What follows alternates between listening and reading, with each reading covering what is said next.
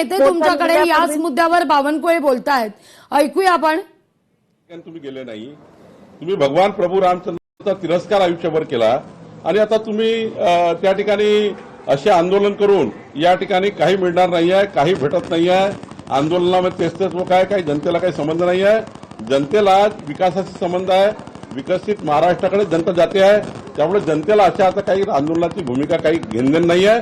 जनता आता ही देवेंद्र फडणवीसजी आणि महाराष्ट्राच्या विकासाला समोर जाते. आंदोलन झालं त्या आंदोलनात माझे 1000 लोक देखील जमा झाले नव्हते. कुठं नागपूरमध्ये जे रामरक्षा आंदोलन केलं 5000 लोकांची परवानगी होती.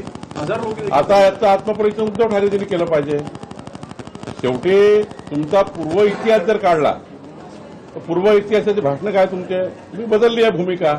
बदललेल्या भूमिकेला कधी लोक साथ देत नाही. उद्धवजींनी मताच्या लागून चालना करता काँग्रेसचा हात पकडून हिंदू हृदय सम्राट बाळासाहेब ठाकरे यांचा विचार बदलला आणि आताच लोक त्यांच्यासोबत नाही आहे. म्हणून 500,000 लोक जमले. ते तुम्ही 1000 सांगता, 300 लोक होते. डीपीडीसीची बैठक आज आहे. कुठल्या कुठल्या विषयावर चर्चा काय 1400 कोटीची डीपीसीचं नियोजन आहे. शेतकरी शेतमजुरांच्या योजनेपासून तर शेत रस्त्यापासून तर संपूर्ण जिल्ह्याचं नियोजन आम्ही करणार आहे. काही पैसा दुष्काळाकरता, अल्निनो करता, काही ज्या प्रभावित त्याकरता राखीव ठेवणार आहोत. आमचा विचार आहे की यावर्षी शेड्यूल कास्ट, शेड्यूल ट्राईब जेवढे घरं आहेत, जे 100 युनिटच्या कमी वीज वापरतात, त्या सर्वांना सूर्यघर देण्याचा विचार आहे.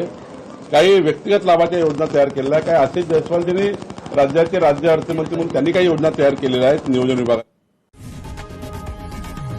लोकशाही मराठी ऐका, पहा, जागरूक रहा.